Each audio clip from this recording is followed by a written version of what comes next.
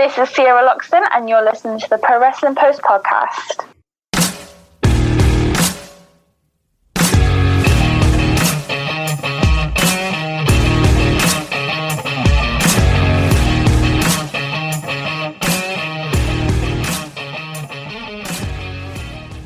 Welcome, ladies and gentlemen, to the Pro Wrestling Post podcast, and we are joined by the Freaky Princess, Miss Sierra Loxton. Thank you again, Sierra, for your time and for your energy. Thank you so much for having me. I'm very excited to be a part of this podcast. Thank you. Thanks for taking the time. For those that maybe aren't as familiar with Sierra, maybe you can give them a bit of a background as to your early training, your career, up until really about a month ago, maybe even just a few weeks ago. So for those who don't know me, my name is Sierra Loxton, also known as the Freaky Princess. I am 22 years old. I am /was an independent professional wrestler in the UK. I trained at Dragon Pro Wrestling in South Wales, which is also based in the UK. I was trained by Mark Andrews, Wild Ball Mike Hitchman, Mike Bird, Flash Morgan Webster, and a few more. I have wrestled all over the UK. I've wrestled for Progress Wrestling, Rev Pro, ICW, even WXW, and every single promotion you can think of that are based in the UK, big or small. And from each of those experiences, I'm sure the relationships were probably just as important. How did they all kind of weave themselves, and how was it that Sierra was able to get her name out and able to connect with as many people as she did? I started training when I was about 15 at Dragon Pro, and I trained for about 2 years before I actually made my wrestling debut. And then when obviously I made my debut, I was technically not kind of the only girl, but was the only girl that was, in the UK at the time. Like a lot of the female talent in the UK were out wrestling at, like Stardom in Japan. Mm-hmm. And there wasn't that many girls in the UK. So once they needed a girl, they would also ask my trainers and be like, hey, do you know anyone who can be on this show? So I think that's how I kind of started to get my name out there a bit. It was kind of just like, we need a girl. Have you got anyone? So I was pushed for shows kind of that way. Once I was actually able to get my name out there, I was able to show more fans who I was, and then it kind of just went from there, really. So when you said some of your trainers, I guess, so Mark Andrews and Wild Boar were able to kind of put your name forward and move around. Yeah, so it was literally just, do you have anyone at your training school that we can put in a car with you to travel down to a show? And it was yeah, okay, we have Sierra. So then we kind of just went to shows together that way, and then because they knew I was in the same area as my trainers, it was easier to kind of we'll just put Sierra in a car. We need her for a show. She's the only girl in the UK, or that is in the UK at the moment. And obviously they don't have to pay extras for anyone else to come from different areas and whatnot. Oh, okay. So did that lead to are you connecting with any other females that were also kind of in the same boat, still looking to get their name out, much like yourself? Yeah, so there was obviously a few girls which were new on the scene and stuff, and none of us had been working that long anyway. So it was like Millie Mackenzie, we would do Iron Fist shows together.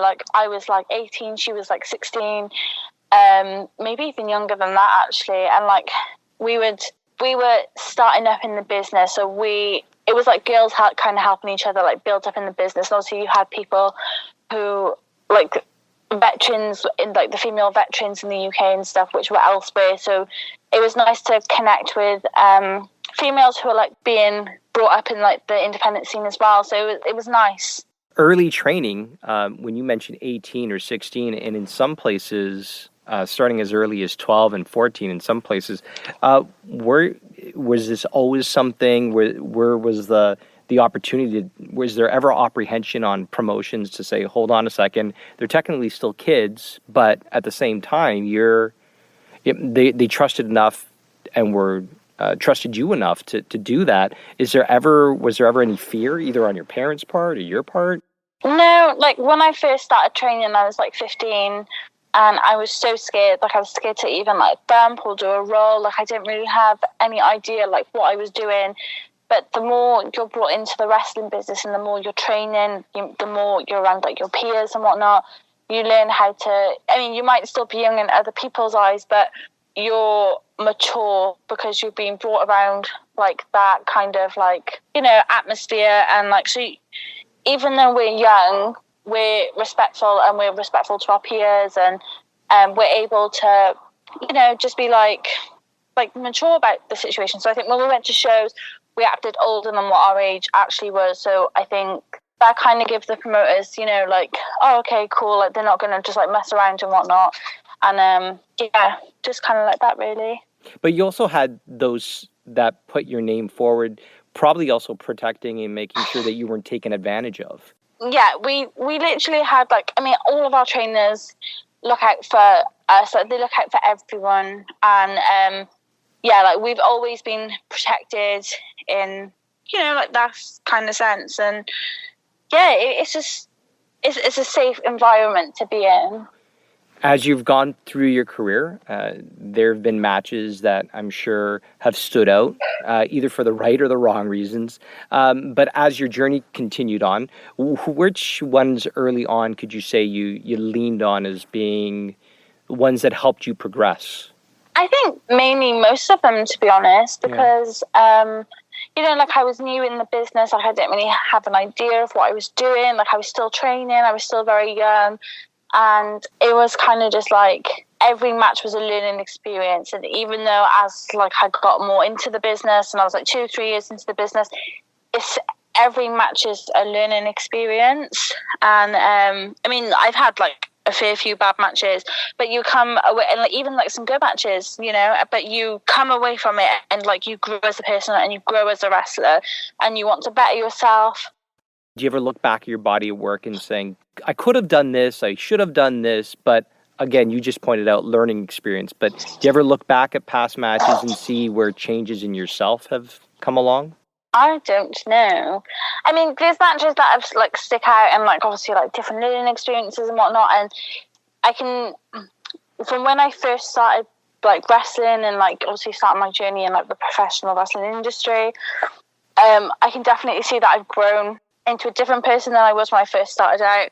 Like, I've made some mistakes in like my wrestling career and whatnot. Like, every wrestler probably has. Like, even like doing certain moves and whatnot, you kind of decide, okay, like, I'm not going to do that because of this reason and like that reason. And the first few matches that I had, obviously, just even like doing like certain moves and stuff, I was like, yeah, okay, I'm going to try this moveset in this match because obviously, and I think that helped me grow as a wrestler as well, knowing which style that I was able to do instead of trying to do a different style that didn't suit me. And I had like some like really bad matches with like Ginny, Bobby Tyler, like Zoe Lucas and stuff. Like, we were in like a tag team match at like Rev Pro, which was like the worst match of all of our lives. Oh, you have to share that. What made it so bad? Because the bad is sometimes when you look back, you either laugh or you cry. So, well, this is like a crying match because literally we got to the venue. We didn't actually realise what time the show actually started. I think all of us got there pretty late. So I think Jules were at like 5 o'clock. We got there at like 4 o'clock. None of us were ready. We were like trying to like plan our match and like, decide what we were going to do. And then we kind of were like, yeah, okay, we got it. And then like there's other wrestlers backstage who was trying to be like, okay, yeah, and then maybe add this in and add this in. So some of us were like, okay, yeah, we've got that added in. But then other wrestlers thought, oh no, that's not added in. So we went out there. It was me and Ginny versus Bobby Tyler and Zoe Lucas. Mm-hmm. And we literally, we had like half hour to get ready and also try and plan this match as well. And we just had no idea what the hell we were doing. And then we kind of went out there. It was all right, like to begin with. It was like, okay, cool. And then we literally all just froze and had no idea what we were doing. So we literally kind of just like made it all up. But that's what made it so bad. Oh, boy. Now, can the crowd pick up on on maybe just trying to prepare and you're ad-libbing on the spot, do you think? Well, I can definitely tell you they were definitely not into the match at all because it was that bad. Oh boy. So they knew. And it wasn't posted online or on the demand service, which I'm so glad it didn't because it was the worst match ever. Well, and we'll keep it somewhere hidden. We won't, other than us talking about it here, we won't do any more of that. No, it was so bad. So, but with the bad comes the good. Did you ever get a chance to make that up with Zoe and Ginny and all of them and make that tag match something special later on? No, unfortunately we didn't. Yeah, we never really wrestled in that promotion again, tagging.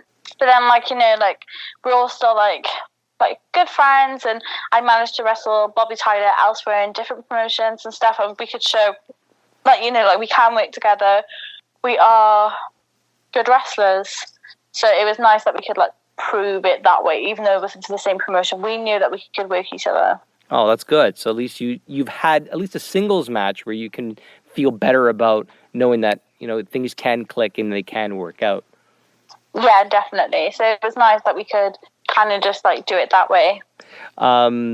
So as you move throughout your career and you've moved to different promotions that you've come across or you've faced in the UK and then in Germany, were there ever any plans about crossing the sea and competing more so North America, South America, Mexico? So I wanted to, get my name around the UK and Europe first. Mm-hmm. And then once there was an opportunity for me, or I had been able, I was able to be right, okay, I feel like I can go show my talent elsewhere across the other side of the pond. Mm-hmm. It never really worked out.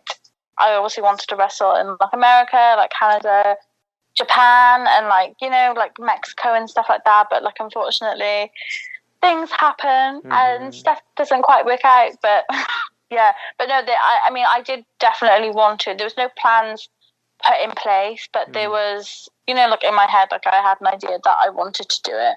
And yes, like you said, there wasn't anything concrete, unfortunately. As they say, life happens when you're busy making other plans, and we're kind of been forced a really tough blow. Maybe you can talk to what's happened recently. I know you've addressed it with Flash Morgan Webster, but maybe a different outlook on it if you're comfortable sharing about that with us. What do you want to know?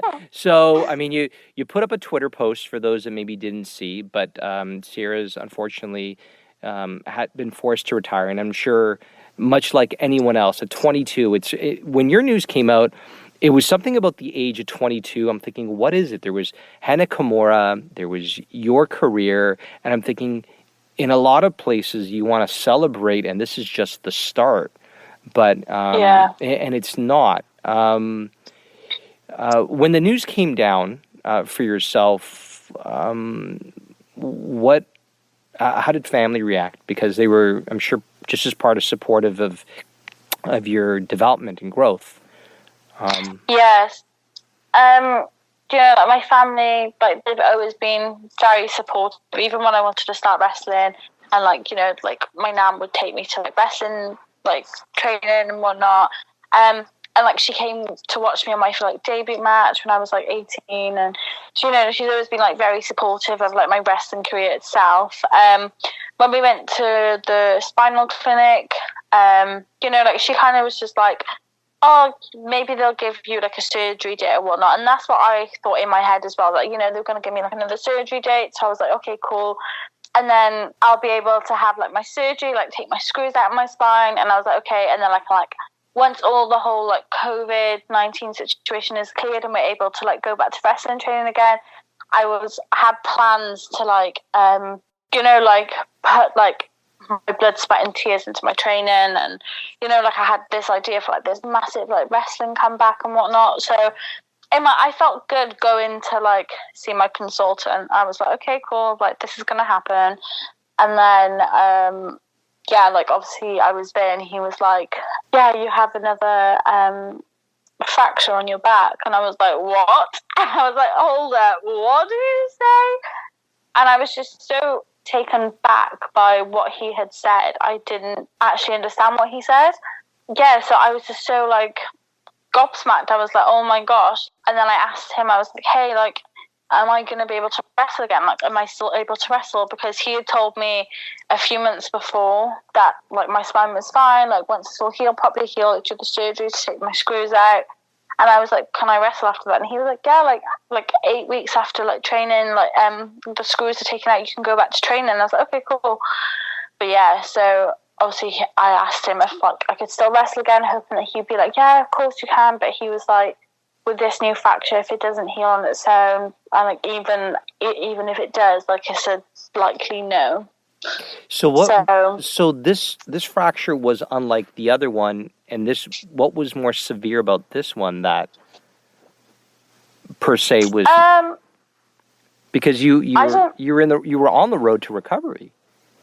Yeah. So I broke my lumbar on my L1.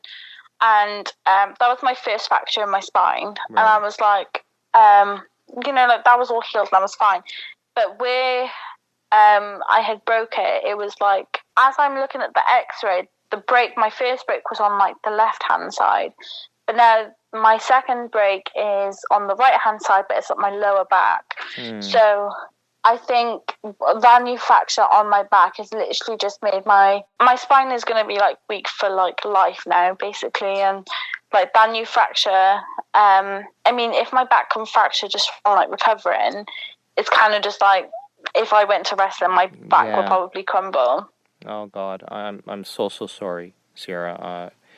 That's okay. I mean, you're a very strong young woman, and if there's anybody that's looking at somebody that shows resilience and is able to come back, they should be looking at you. There's no doubt about it. Thank you. That means a lot. Are you looking for the newest and hottest in the world of pro wrestling? Then check out the amazing action on Powerslam.tv, the biggest indie pro wrestling channel in the world. Get over 6,000 hours of the best events from over 150 of your favorite promotions from 20 different countries around the globe. Brands like Progress Wrestling, Evolve Wrestling, Combat Zone, Defy, PCW Ultra, PWX, Over the Top, Shine, and hundreds of others with fresh content added every day for only $5.99 per month. Get your free trial today at Powerslam.tv. It's really hard to kind of process this, and I don't want to dwell on it, but at the same time, when one door closes, hopefully there is another one opening. What do you see as being the future for Sierra right now, or is there still kind of plans? Well, even though I can't wrestle, I would still potentially like to be involved in the wrestling community. Like I've been doing like commentary at like Pro Wrestling Eve, and which is fun. Like I really enjoy doing. Like hopefully maybe take on the part of being like a manager kind of role.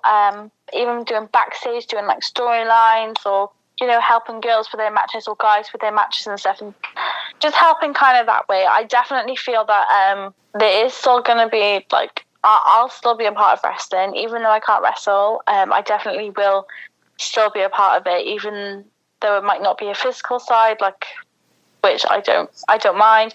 I mean, it sucks that I can't wrestle, but it's nice to think I still have a place in the independent wrestling scene.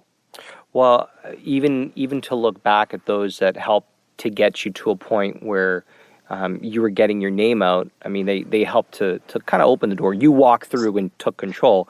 But if they're in some way, and Mark Andrews is listening and has you on as someone that can help to take care of what his side projects are and work with that, that would be wonderful, because I think having Sierra, if not do that, maybe even touring in a different facet, right? And still be a part of that. So I think that's important. Yeah, definitely. And I know that my trainers, like when we had spoken, like, they said when all of like the COVID is like over, and like we can go back to like kind of living like a normal life again. Now they'll help me any way that they can, which is lush, and like, you know, it's so nice. That's amazing. So like, even though they can't help me like be like the best wrestler ever, they can still help me in the other roles, like the wrestling like community, which is really nice. So we briefly talked about this. So now that you're mulling over your decisions as to what it is you want to do, and the world has kind of been flipped upside down for all of us right now. If anybody has checked out Sierra's social media, you can reach her on Twitter, Instagram as well. Yeah. Yeah, definitely. Where can they get a hold of you in both? Where can they get a hold of you in both places? At Sierra Loxton, and that's for both Instagram and Twitter. Fantastic. But if they are checking you out, they're also going to be finding out a real positive message, right? You put out something recently where we have one voice, and what is it we're going to do with that voice? What is it that Sierra wants to do with her voice? I want to change the world, as everyone does. I want to change, you know, the wrestling independent scene, and I feel like I have in a way, because when my injury happened, there was no paramedics there was like no paramedics on site, and a lot of independent wrestling shows across the UK don't actually have paramedics. There was only a rule recently that any WWE performer who was wrestling on an independent show, they had to have paramedics there. Like, otherwise, like, there was no paramedics on any shows. So me breaking my back has shown every wrestling company, even if it's in the UK, Europe, across like the seas and whatnot, that even though there's not a signed wrestler on your shows, you still need to have a paramedic in place. And I know there was a lot of uproar when like I had actually broken my spine and people kicking off and whatnot. But I'm glad that going forward now, that any male or female wrestler who are wrestling on independent shows will have a paramedic there to look after them if they are hurt. So if I never got hurt in the way that I had got hurt, the shows in the UK or like anywhere else in like the world would have carried on running without any like paramedics and whatnot. So I'm glad that I've changed the scene that way, because now anyone like wrestling going forward and whatnot, they're gonna have someone there, you know? Yeah. Had a paramedic been on site when the injury happened, do you think it might have prevented anything potentially, or saved some time, or no? Well, maybe saved some time. But I don't think, no, even if the paramedic was on there, you know, like nothing would have changed. Like, you know, my back was already broken. Didn't matter. Even on the shows, which will obviously run in the future and whatnot, it's just nice to have a medic there, so you feel a bit more calm and a bit more relaxed. So going forward, I'm glad that there will be something put in place for all of the shows everywhere, because you don't have to be a signed wrestler to have paramedics. You need paramedics for all of your talent. That's fantastic. Promoters are going to have to be more. They're going to have to fight for this too. And talent aren't going to stand for it. They're going to make sure that there's none. So right? No, and if any wrestling company doesn't want to have a paramedic, then they shouldn't be running shows. Because at the end of the day, us performers are putting our bodies on the line for their shows, not even making half of the money that wrestling promotions make when they sell it. And if they can't be bothered to get a paramedic, then they shouldn't be running wrestling shows at all.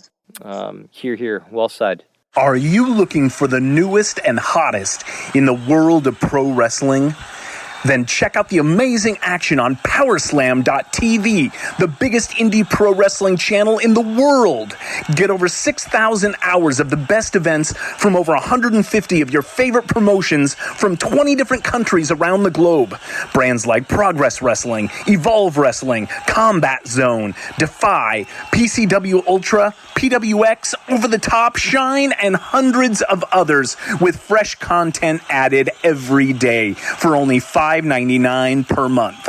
Get your free trial today at Powerslam.tv. One of the things that had come, I'm not sure where your perspective on this might be, because one of the things that I hear about a lot, at least from across the pond, is as you're talking to me and I'm here in Canada, is Brit Rest being dead, because a certain 3-letter promotion WWE has purchased or has worked very exclusively with Progress and a lot of the talent that tends to move in the UK with their NXT UK brand. What's your perspective on that? Do you think that there is a resurgence? Do you think it's I mean, right now it's kind of hard to tell with anything because of COVID, but when things, hypothetically, do you see it as being dead, as they say, or just... No, I don't at all. I mean, I'm so happy for all of my friends that have got signed to WWE or like AEW and whatnot. But I don't think wrestling's dead. No, I think it's a good opportunity for upcoming performers to kind of put this trademark on the wrestling scene, and then fans help them grow that way, you know? Mm-hmm. I definitely don't think it's definitely not dead. I personally think that we have produced some of the greatest wrestlers in the world, you know, in our industry, and I think it's great that they're getting signed and they're getting the opportunities that they've been working hard all their life for. And the same with the promotions as well. Like, you start a little promotion and you don't expect it to be as big. So once you see a promotion grow and grow and grow, it's just nice. It's just nice to see everything grow and our platform rise. I think that some of those concerns, actually, when those had mentioned it, because World of Sport was putting out that short 10-episode Resurgence series a couple years back, and then IPW UK and Rev Pro. But I mean, everything, even if they're running smaller, not as frequent, they're still running, and I think that's important. Exactly. I mean, it doesn't matter how many times you're running. If you have the fan base supporting you and whatnot, I just think, I mean, it's just not. Just the thought of Brit Rest is dead is just making me ill. Get out. It's not. Brit Rest is not dead. I don't know. Yeah, I think there's those that have wanted to call it, but I mean, if it's such a hotbed of action, why would one specific promotion try to create a whole brand around it? I think maybe they're talking to the independent, but they're still wrestling schools. They're still developing talent. I think what independent talent want to protect their assets, though, and their characters and those things. But I think the whole idea of a union of sorts to protect your assets is important. Yeah, definitely. Now, before we let you go, we did want to tell you that we have a little game, and I mentioned it earlier. So would you be up to playing the game? Oh, go for it. Why not? Okay. So the game is called Wrestling Tinder. Much like regular Tinder, we can throw out a topic, and you either swipe right because you're interested, or that that homely looking guy that maybe just doesn't have the qualities that you look for in a certain individual, you swipe left. Okay. Okay. So always a hot topic, intergender wrestling. Right. Go for it. Share what your thoughts are. Agree, disagree. There are some that are so strongly against it that are in major promotions that they wouldn't because of the fear of domestic violence. And then there are those that are strongly advocating it. And I've talked to Mia Yim about it, whereas she said it has nothing to do with domestic violence. It's all about consent. Where does Sierra sit? It has nothing to do with domestic violence. At the end of the day, what we do is an art, and we're, showing art to the fans. And with wrestling, I don't think it matters if you're a male or a female. Some people might not like it, but at the end of the day, we are professional athletes, and it doesn't matter about your gender at all. So, yeah, that's how I think of it. I love intergender wrestling. Where did the idea for you come in to take part in intergender matches? Did somebody pitch the idea and you, I don't know, no apprehension? What's that, sorry? No apprehension? No, I've been in a few intergender matches. I actually wanted to do them for a long time. And obviously, when I first started wrestling, there wasn't that many girls anyway. So, even in training, I was literally like the only girl technically in training. So, I had to wrestle the guys anyway. So, I had no one else to really wrestle. So, it was literally just wrestling the guys. Yeah. And how else? I mean, you either wrestle the guys, or unfortunately, you're not going to get a chance to train and wrestle and learn, right? Exactly. So I think it's good. It's good to learn from a male's perspective and like the wrestling world, and it's also great for a male to experience the female's perspective in the wrestling world. It's beautiful. I'm glad that you were embraced. Not because of gender, but because of skill and ability and determination, and it's all apparent. Yes, definitely. Before we let you go, we've taken about a half an hour of your time, and we can't say enough good things about you. Is there anything you would like to leave listeners knowing about Sierra that they may not otherwise know about? And if there's a message. Right now, we're in a really tough social climate. It's kind of impossible not to churn on something, and you're picking whose lives matter. We can all say that Black Lives Matter. I can comfortably say that. That's my opinion. I'm not sure, because if you don't care about the 1%, then the other 99 won't matter. So, but what do you want to say about Sierra going forward? Like what? I think whatever life takes me, I will always shine bright on my life path and just send out positive vibes and make sure everyone is happy and give off the love that I want to share with everyone. Amazing. Thank you very much, Sierra. Thank you. On behalf of the Freaky Princess, Miss Sierra Loxton, this is Mark Madison for the Pro Wrestling Post podcast. Thanks for listening to the Pro Wrestling Post podcast with your host, Mark Madison. Don't forget to visit ProWrestlingPost.com for more interviews, event previews, reviews, blogs, and much, much more.